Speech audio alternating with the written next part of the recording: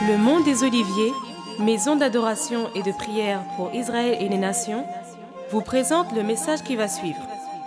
Nous vous souhaitons une bonne écoute et espérons que cela sera pour votre édification. Que Dieu vous bénisse.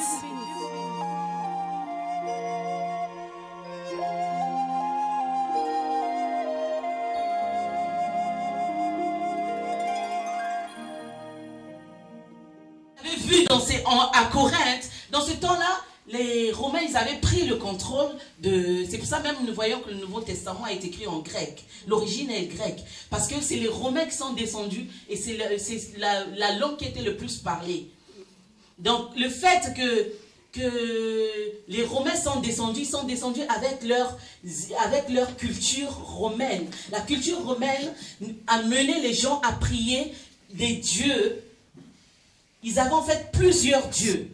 Ils avaient plusieurs dieux et ils avaient plusieurs, comment dire, les femmes, ils avaient leurs dieux et les hommes, ils avaient leurs dieux. Plusieurs divinités, merci pasteur. Ils avaient plusieurs divinités. Et ce qui fait que les femmes adoraient autrement dans leur temple où il n'y avait que des femmes normalement. Et les hommes adoraient dans un autre temple où il n'y avait que des femmes, que des hommes. Dans ces deux temples, ils allaient adorer qu'une fois dans l'année. Et à chaque fois qu'ils sortaient, une femme naturellement ne sortait jamais de chez elle. Celle qui était épousée ne sortait pas de chez elle. Et quand elle sortait, elle était obligatoirement à côté de son mari et voilée et elle marchait la tête basse. C'était ça la culture qui régnait dans ce temps-là à Corinthe et à Éphèse. Et quand ils partaient adorer pour 3 jours dans l'année. Et pendant ces 3 jours, c'était 3 jours de liberté. Où elles rentraient dans le temple. Dans le temple, elles pouvaient tout faire. Et sachant que leur façon d'adorer dans ce temps-là était qu'elles rentraient dans le temple, pour eux, leur adoration par rapport à leur divinité qui était là, c'était soit se saouler pour les hommes, et ils mélangeaient toutes choses dans leur temple qui ne ressemblaient vraiment pas à ce que la Bible, ce que Dieu est venu leur présenter plus tard. C'était vraiment une façon d'adorer que nous vraiment pouvons dire qui était sale. Parce que dans les temples des hommes, il y avait des femmes prostituées. Dans les temples des femmes, il y avait des hommes prostitués. Donc, pendant qu'ils adoraient, il y avait l'image du sexe, il y avait l'image d'adorer en criant, en faisant vraiment des cris bizarres, en se saoulant. Et c'est cette façon, quand Dieu est venu intervenir par Paul qui a prêché à Corinthe, quand ils se sont convertis, c'est cette manière qu'ils ont amené dans les temples de Dieu. Et quand ils ont amené cette façon d'adorer, ils se sont tous convertis premièrement parce qu'il y avait le chef qui représentait, si on peut le mettre au même niveau, au premier ministre, qui avait accepté Christ. Et quand il a accepté Christ, tous ils ont vu, mais si lui il a accepté Christ, nous aussi allons voir qu'est-ce qui se passe là-bas. Ce qui fait que la plupart dans la ville, ils se sont tous convertis, ils sont tous rentrés dans le temple. Mais en venant dans le temple, ils ont amené leur mauvaise manière. Donc leur mauvaise manière où ils se saoulaient. C'est pour ça même nous voyons le verset où Paul dit aux hommes d'arrêter de se saouler, de s'enivrer. Voilà. Parce qu'en fait, eux, ils avaient l'habitude de se saouler ainsi, de se boire ainsi pour pouvoir adorer. Mais avec Jésus, avec le roi des rois, c'est pas ainsi. Donc Paul, il est en train de corriger les erreurs qui se passaient à Corinthe. Les femmes, leur façon de prier était de passer des cris.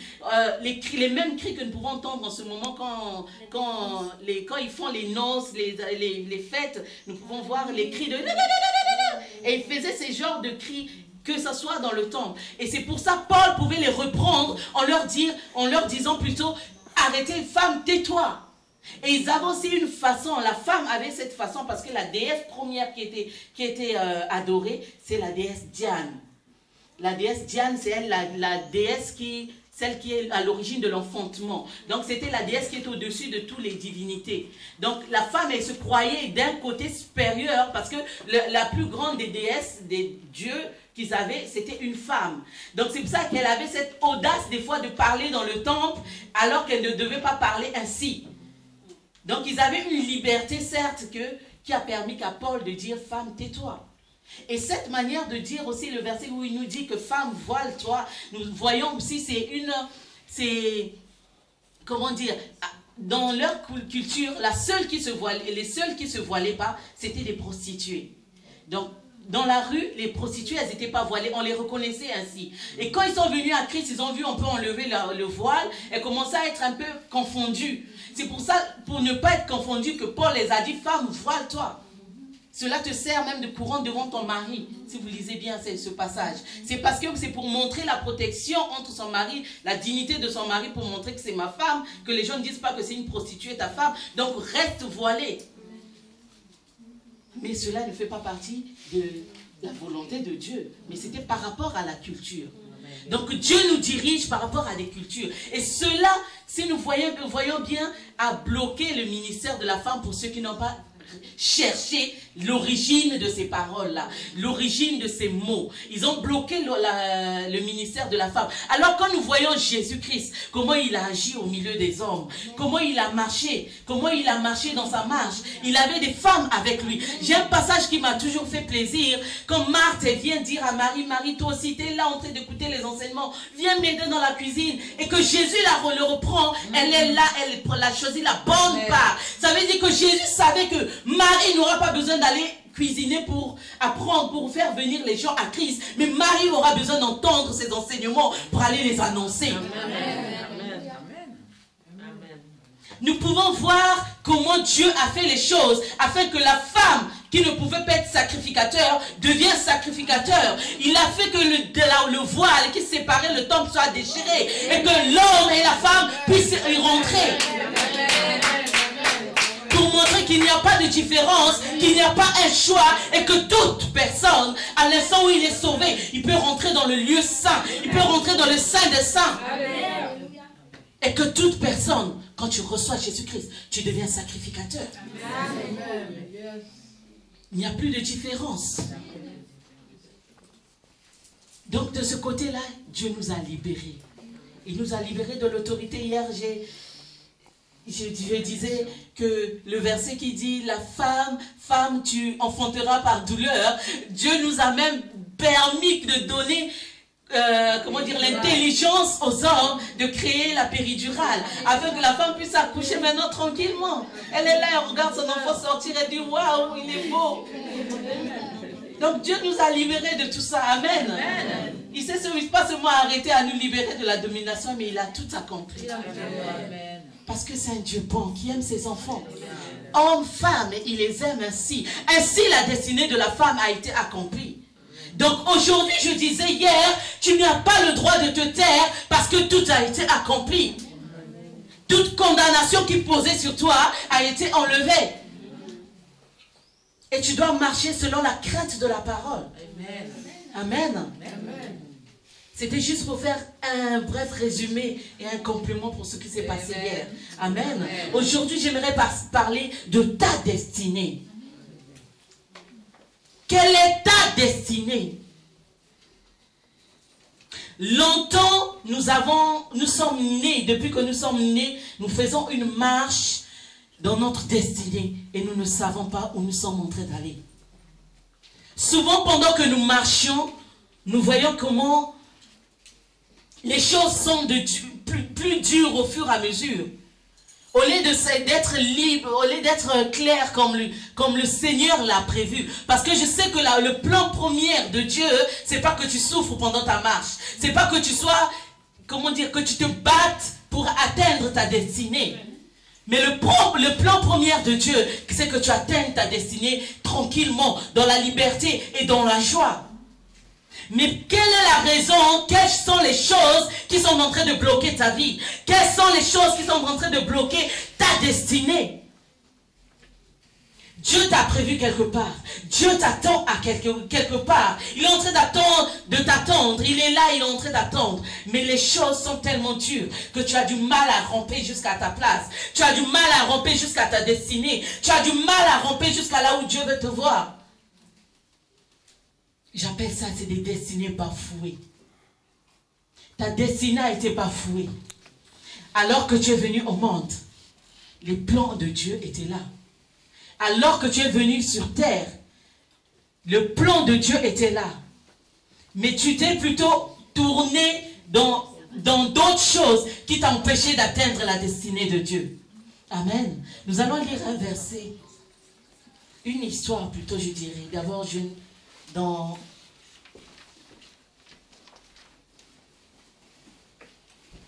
« 2 Samuel 4, verset 4.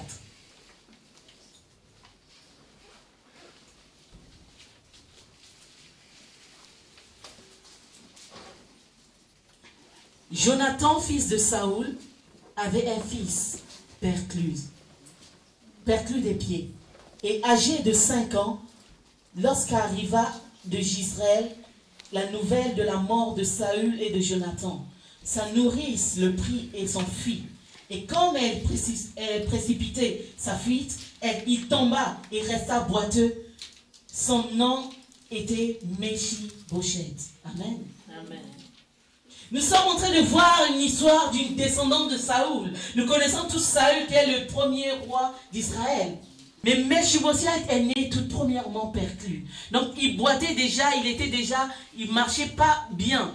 Deuxièmement, l'ennemi, qu'est-ce qu'il fait? Il vient encore le rendre plus boiteux. La Bible nous dira plus loin, il était boiteux des 2 pieds.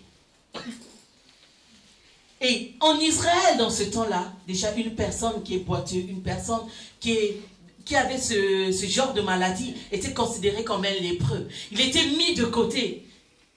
Et en tant que futur roi, en tant que descendant d'un roi, il était mis d'un côté. Il était mis vraiment de l'autre côté, d'un côté où on ne pouvait plus le voir, où on ne pouvait plus s'attarder sur le regarder. Même les regards ne s'arrêtaient plus sur lui. Si c'était pour dire, ah, lui pouvait être roi, regarde comment il est. Parce que l'ennemi, connaissant sa destinée, l'ennemi l'a attaqué depuis le bas âge. La Bible nous dit à 5 ans.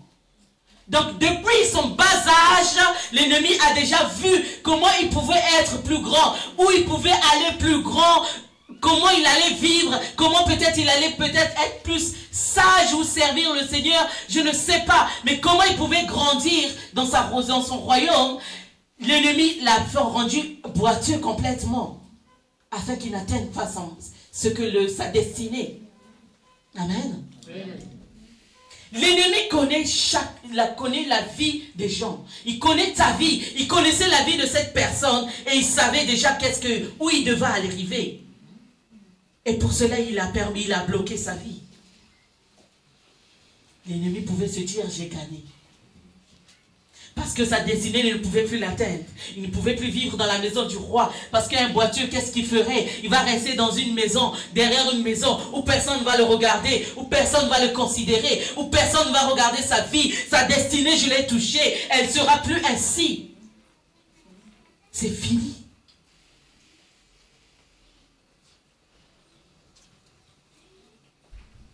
Sa vie était bloquée.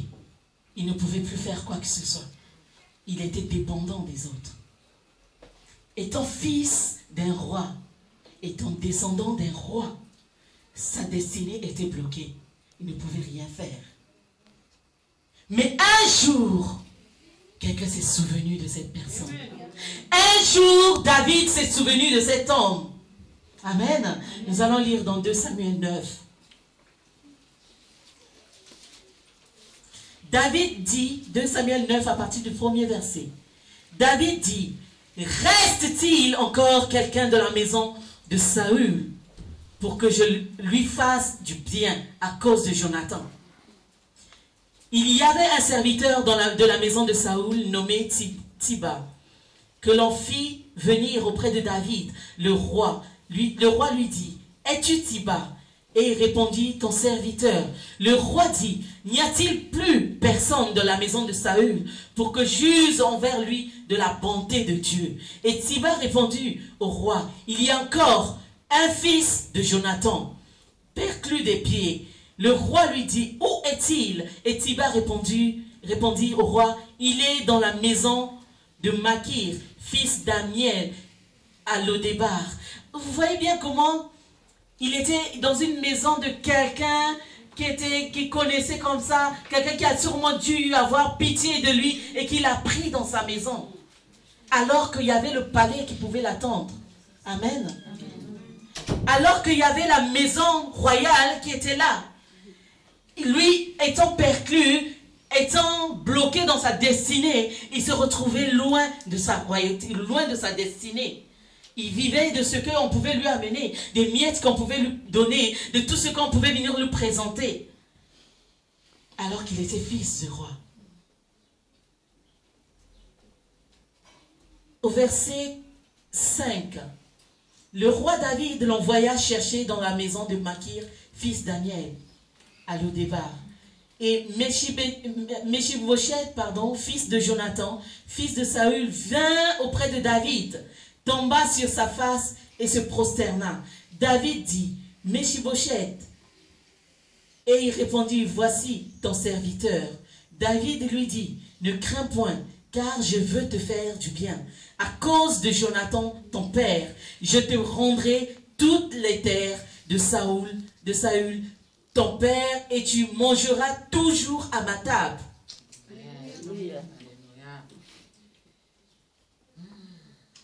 Il se prosterna et dit, quel est ton serviteur pour que tu regardes un chien mort tel que moi? Regardez comment, à quel point Méphibosheth était rabaissé pour se considérer, même pas seulement comme un chien, pas seulement comme juste un chien, mais en plus mort. Déjà quand nous marchons, nous ne regardons pas les chiens. Mais alors imaginez encore un chien mort, nous allons encore moins le considérer. Et il se considérait, lui qui était descendant du roi, il se considérait comme un fils, comme un chien mort. Regardez comment l'ennemi peut travailler nos pensées pour nous amener à des endroits, à des moments où nous ne nous considérons plus, où nous ne nous regardons plus, où nous disons ça c'est pas possible, je ne peux pas faire parce que moi je ne suis pas capable, je suis seulement moi. L'ennemi nous amène à des endroits où notre destinée est bafouée, où ta destinée est tellement bafouée que tu ne te vois plus, que tu ne sais plus ce qui est en toi. Méphibosheth, à ce temps-là, il savait que je ne sais même pas marcher, je boite en marchant, je ne sais même pas où aller, les gens ne me considèrent même plus, je mange des miettes dans la maison où je me trouve. Comment toi, roi, peux-tu regarder et le jeter un regard favorable à mon égard? Alléluia.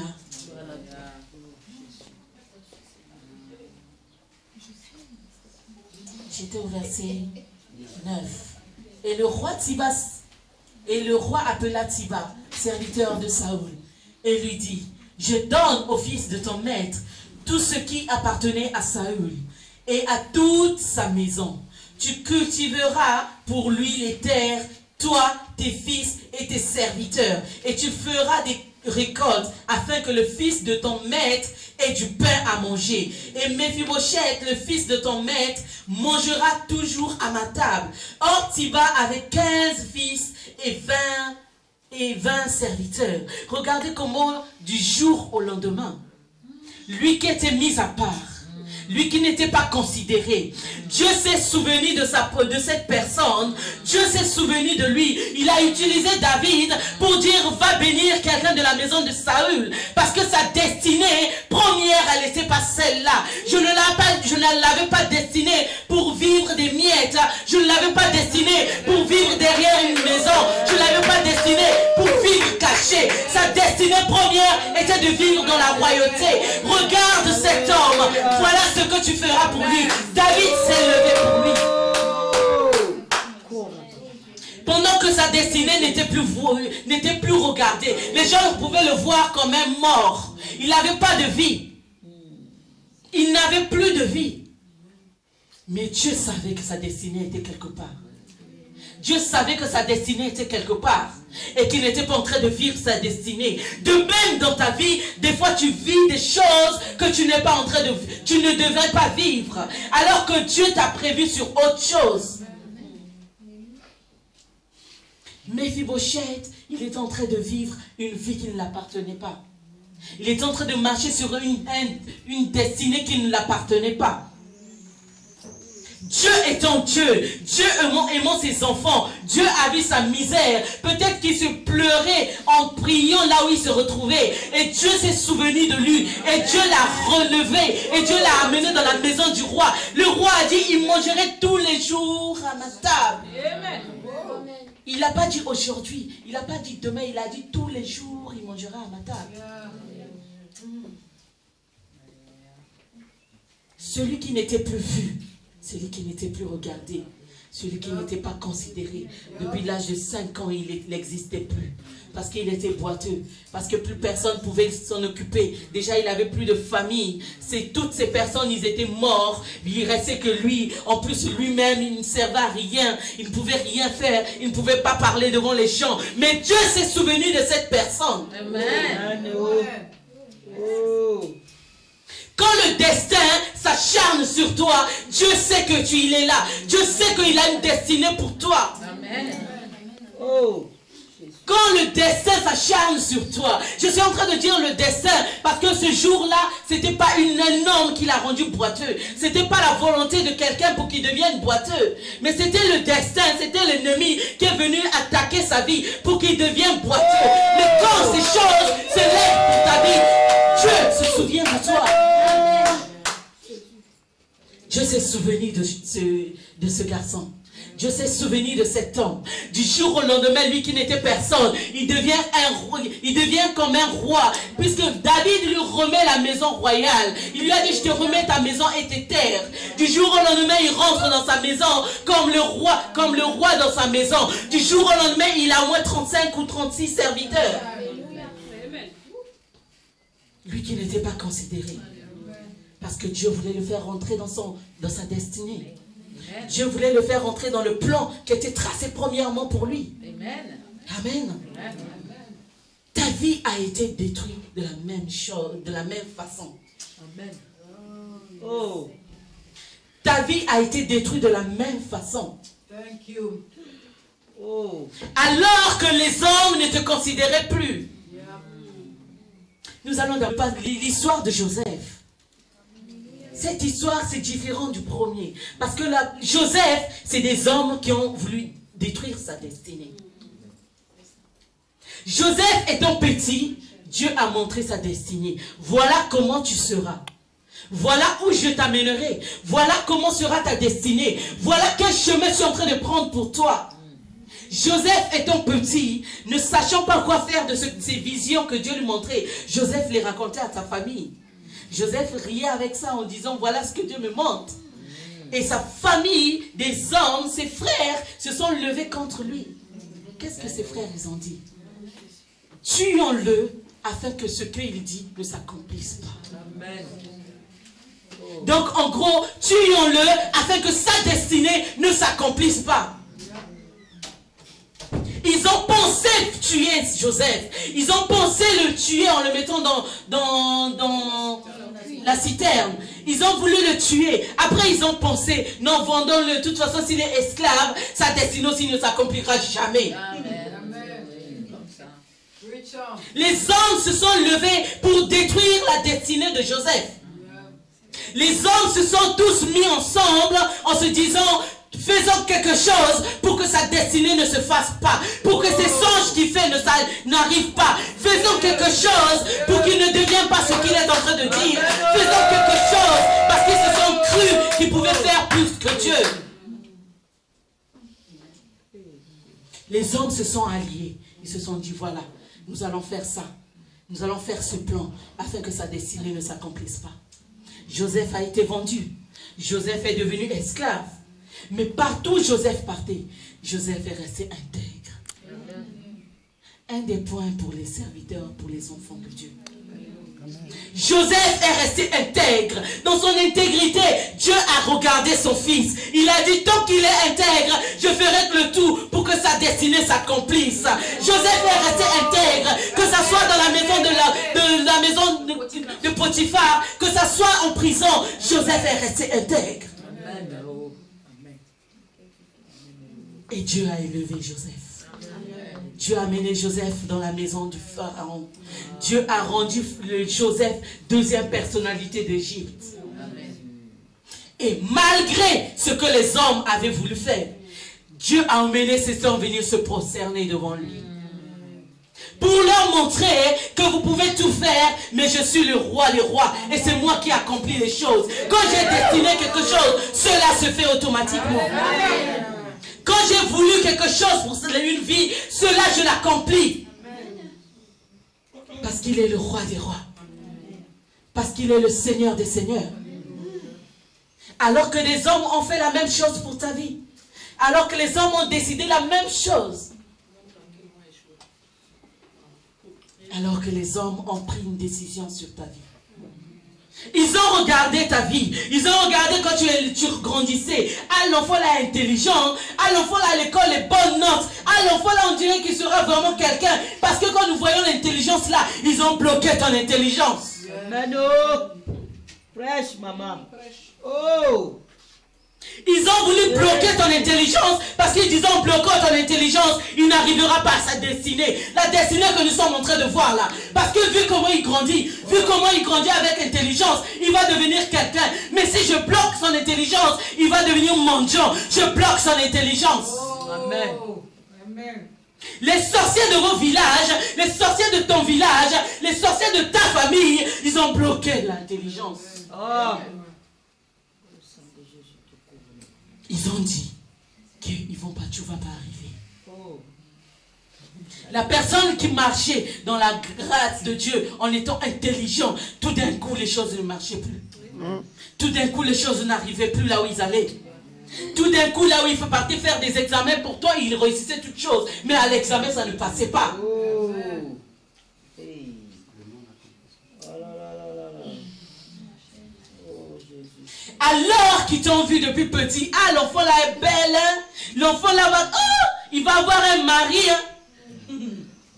L'enfant là comment elle grandit, elle est jolie de...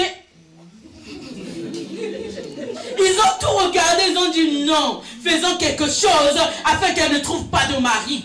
Et ils ont bloqué ta vie, alors que la beauté est là, alors que tout est là, mais la vie est bloquée et le mari n'arrive plus.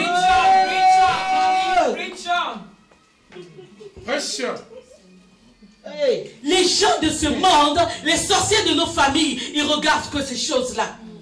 Ils sont en train de regarder. Soit elle est intelligente, il te bloque l'intelligence. Soit elle est belle, ah celle-là, sinon elle aura un plus beau mari que ma fille là, que je trouve normale, qui n'est pas trop jolie. Sinon il bloque ton mariage. Amen. Oh. Hey. Oh. Ton mariage se trouve bloqué à cause de ces choses. Alors que tu as trouvé un mari, alors que tout va bien, alors que tu es là dans ton mariage, ils ont dit, ah celle-là elle a trouvé, celle-là elle a trouvé, pourquoi ma fille n'a pas trouvé?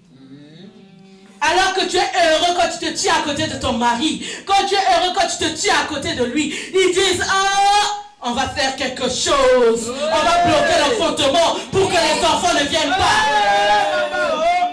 Preach on, preach on. Preach on, mommy. Ils ont bloqué parce qu'ils savaient que même si tu as trouvé le mari, je ne veux pas qu'elle enfante afin que la douleur soit toujours là.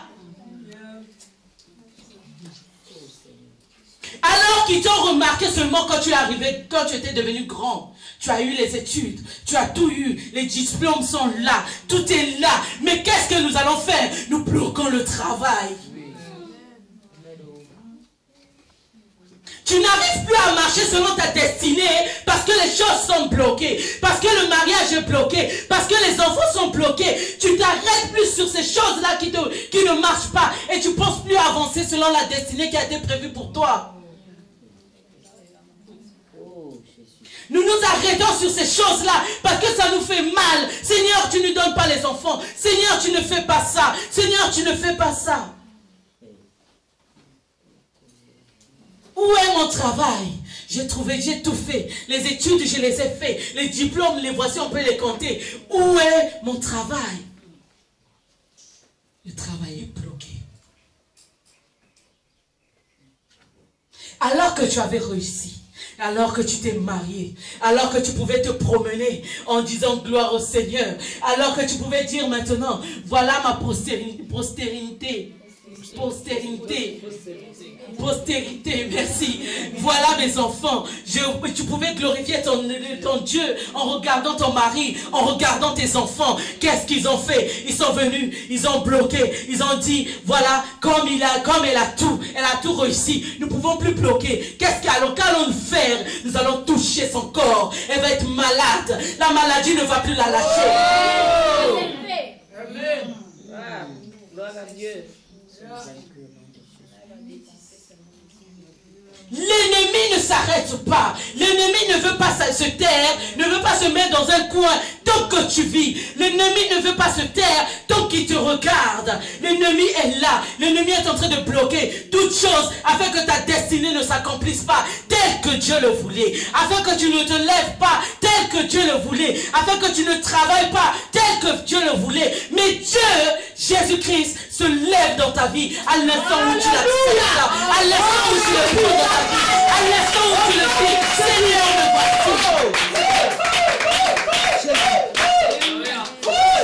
Je viens te dire ce soir d'arrêter d'accepter ces choses. D'arrêter de te dire, c'est pas grave, j'ai accepté ces choses. C'est pas grave, je suis malade. C'est pas grave, j'ai pas d'enfant. C'est pas grave. Non, moi je refuse cela. La Bible me dit, dans ma maison, il n'y aura point de femme stérile. Pourquoi la stérilité? Allons-nous rendre ce Dieu menteur? Allons-nous rendre ce Dieu menteur? La Bible me dit qu'il s'appelle Jéhovah, celui qui guérit ta vie, qui guérit de toute meurtrissure. Amen. Oh. Quelle maladie es-tu en train d'accepter? C'est pas grave. Je viens te dire ce soir, ta destinée n'est pas dans la maladie. Je viens te dire seulement ce soir que Dieu a prévu autre chose pour toi. Que ta destinée elle est visible. Quand tu lis la parole de Dieu, tu vas dire que voilà, Dieu dit, il n'y aura pas de femme stérile. Donc je ne serai jamais stérile.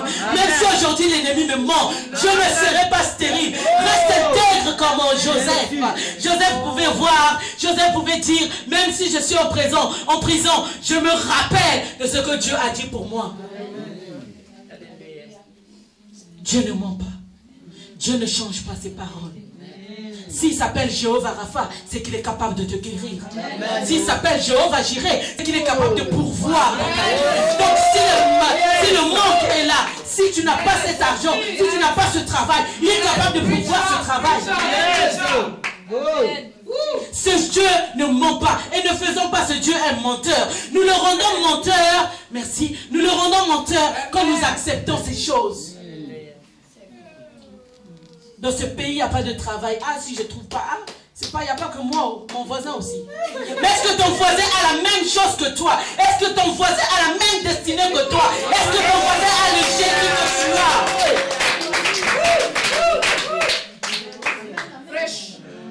Preach on, mommy. Preach on. Donc Jésus, il est vivant et il n'a pas menti. Et il ne mentira jamais. Il dit ce qu'il a dit s'accomplira obligatoirement. Es-tu intègre dans ta marche avec Jésus-Christ? Es-tu intègre comme Joseph? Es-tu intègre dans ta marche? Es-tu intègre ou acceptes-tu ces choses qui arrivent sur toi? Acceptes-tu ces choses que l'ennemi vient te donner? Il vient t'offrir la maladie. Tu dis, ah, viens seulement. Et après tu pleures, Seigneur, Seigneur, Seigneur. Tu as la capacité et tu as le pouvoir de refuser ces choses. Parce que quand tu regardes la maladie, tu dis, Seigneur, je ne peux plus. Seigneur, je ne peux pas faire cela. Pour quelle raison? Alors que je dois te servir. Comment, Seigneur, vais-je aller annoncer la parole de Dieu si je ne peux marcher? Comment, Seigneur, vais-je aller proclamer ta parole, tes oracles, si je ne peux parler? Comment, Seigneur, je vais aller arracher les âmes dans le monde si mon âme est touchée, si mon corps est touché, je ne peux me lever de mon lit? Dieu ne veut pas cela. C'est parce que nous acceptons ces choses que notre destinée n'est pas vouée. Parce que nous acceptons ces maladies que notre destinée n'est pas vouée. Parce que nous acceptons ces choses qui arrivent que notre destinée est ainsi. Tu as cherché les enfants selon le monde. Tu as fait des choses selon le monde, mais ce n'est pas venu. Donne-toi à Christ. Il rappelle-lui sa parole. Amen. Il est capable. Et il ne ment pas. Amen. Moi j'ai toujours dit, Dieu, tu ne mens pas. Oh. Amen. Tu ne mens pas. Si aujourd'hui je n'ai pas le travail, tu ne veux pas que je devienne mendiante. Seigneur, toi tu ne mens pas. Donc tu vas pourvoir. Amen.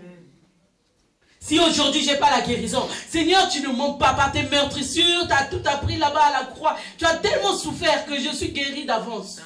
Amen. Ce Dieu, il ne ment pas.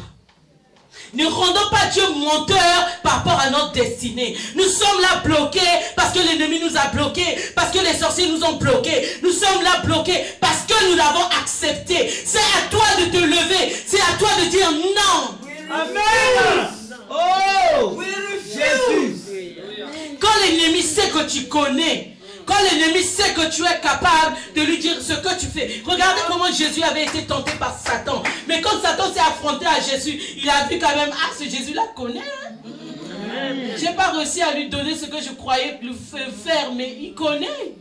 Si Jésus ne connaissait pas la parole de Dieu, Jésus tombait dans son piège. Amen. Mais quand toi tu connais ce que Dieu a fait pour toi, quand toi tu connais ce que Dieu a prévu pour toi, quand tu ouvres les pages de ta Bible, que tu apprends toutes ces choses, tu sais ce que tu es. Amen. Tu l'acceptes en toi et tu sais ce que tu es. Tu sais comment tu dois marcher et tu sais ce que tu dois devenir. Amen.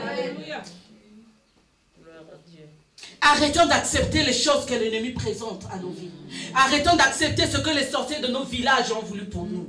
Nous sommes en train de souffrir parce que nous avons accepté ces choses. Nous sommes en train de souffrir dans la maladie ou dans la pauvreté parce que nous avons accepté ces choses. Accepte ce que Jésus-Christ dit.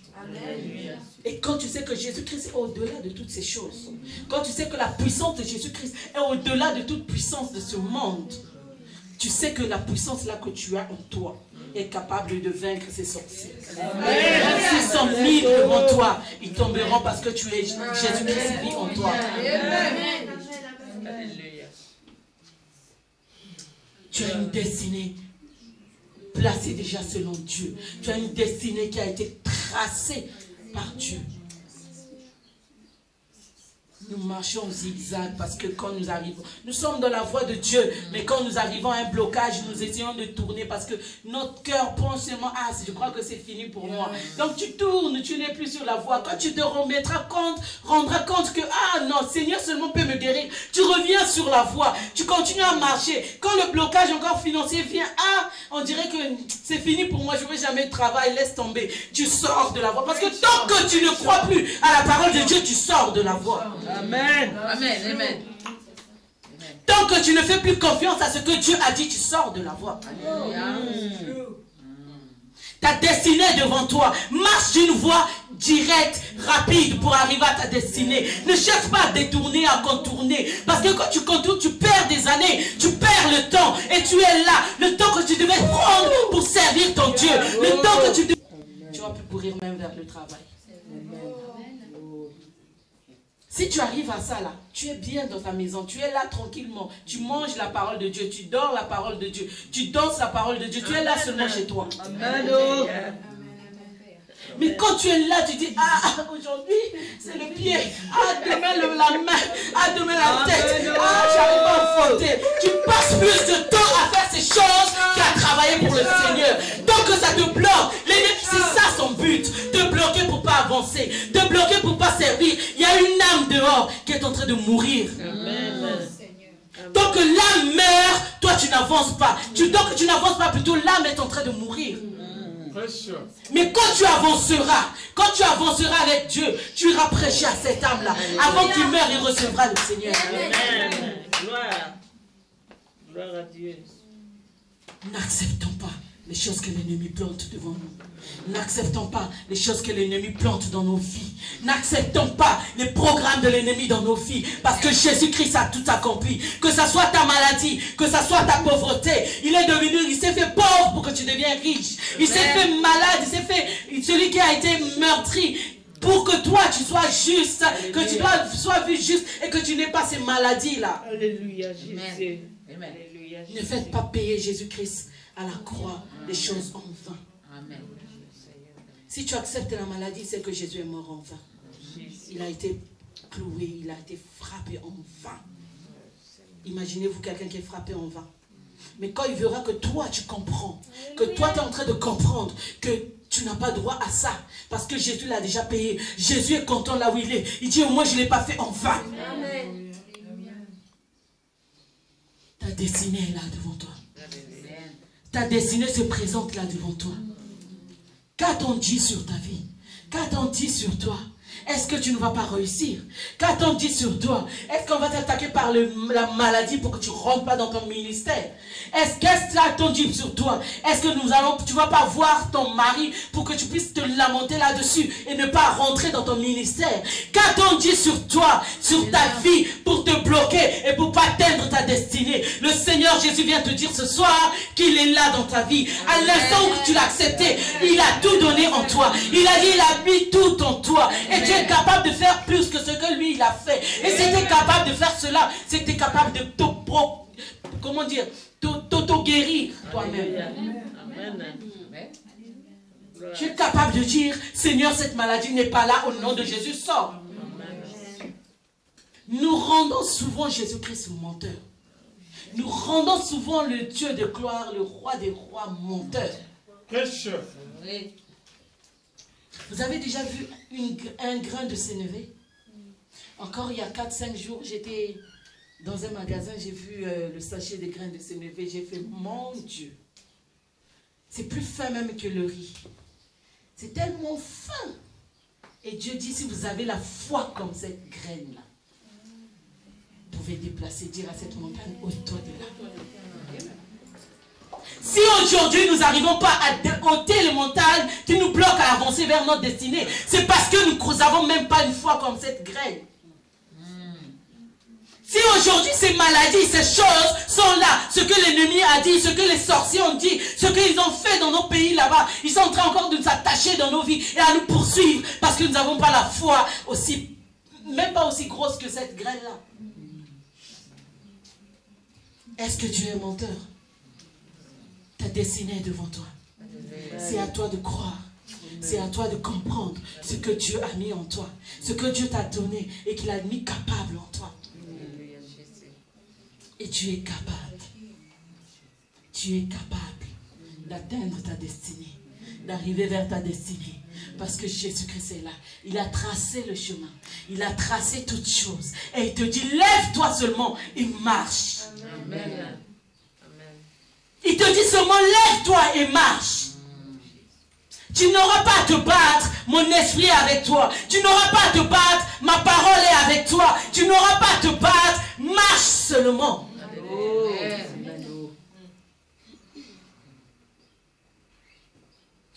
Cela marche dans l'intégrité. Je ne peux jamais finir un message parce que ce que Dieu nous dit, il le dit toujours parce que quand on est, ça marche seulement quand on est intègre. Et je ne peux pas finir un message sans te dire l'intégrité dans la parole de Dieu. L'intégrité. Être intègre avec Dieu, tu es capable. Joseph ne serait pas intègre, il n'aura pas atteint la maison du roi Pharaon. Amen. Joseph ne sera pas intègre. Il aurait succombé là où la femme de Potiphar pouvait, vous voulez le tenter. C'est l'intégrité qui a payé.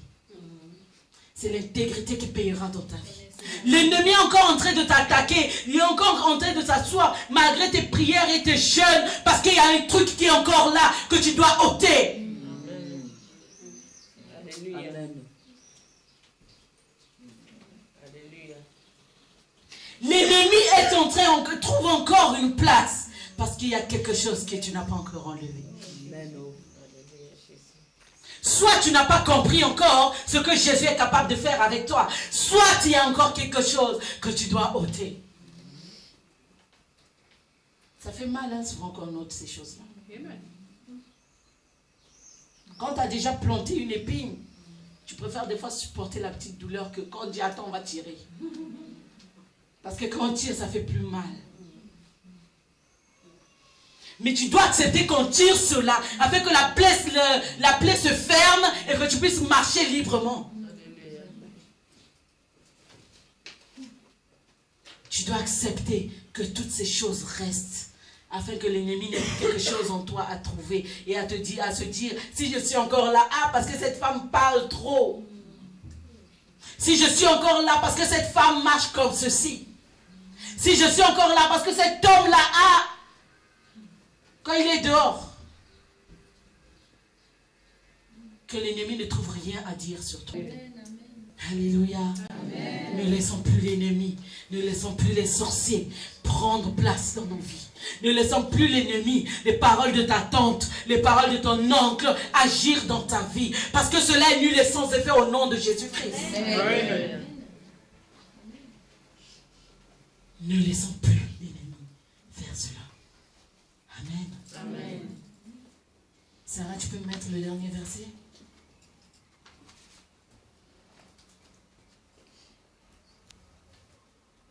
Ézéchiel 21, 26 nous dit: ainsi parle le Seigneur, l'Éternel, la tiare sera ôtée, le diadème sera enlevé, les choses vont changer. Ce qui est abaissé sera élevé et ce qui est élevé sera abaissé. Ce soir, j'aimerais seulement te dire que ce qui a été élevé dans ta vie pour t'empêcher d'atteindre ta destinée, nous, au nom de Jésus-Christ, nous voulons les abaisser. Et que maintenant la destinée de Dieu s'élève dans ta vie. Que la destinée de Dieu t'amène à ta destinée. Que ta vie aille vers la destinée de Dieu. Que tout ce qui avait été abaissé maintenant s'élève. Ton intelligence s'élève. Ton mariage s'élève. Tes enfants s'élèvent. Ta maladie saute. Au nom de Jésus. Alléluia. Et que l'Éternel maintenant s'élève dans ta vie. Que l'Éternel prenne la première place dans ta vie. Et c'est cette première place que tu lui donneras qui t'amènera à ta destinée. C'est cette première place que tu lui donneras qui t'amènera là où tu veux être. Là où tu seras joyeux. Où tu vas te lever le matin, tu seras joyeux. En train de sourire. Au coucher, tu seras en train de sourire. Parce que tu as atteint ta destinée. Le Seigneur veut agir dans ta vie. Alléluia. Alléluia. Soyez bénis au nom de Jésus. Que Dieu vous bénisse.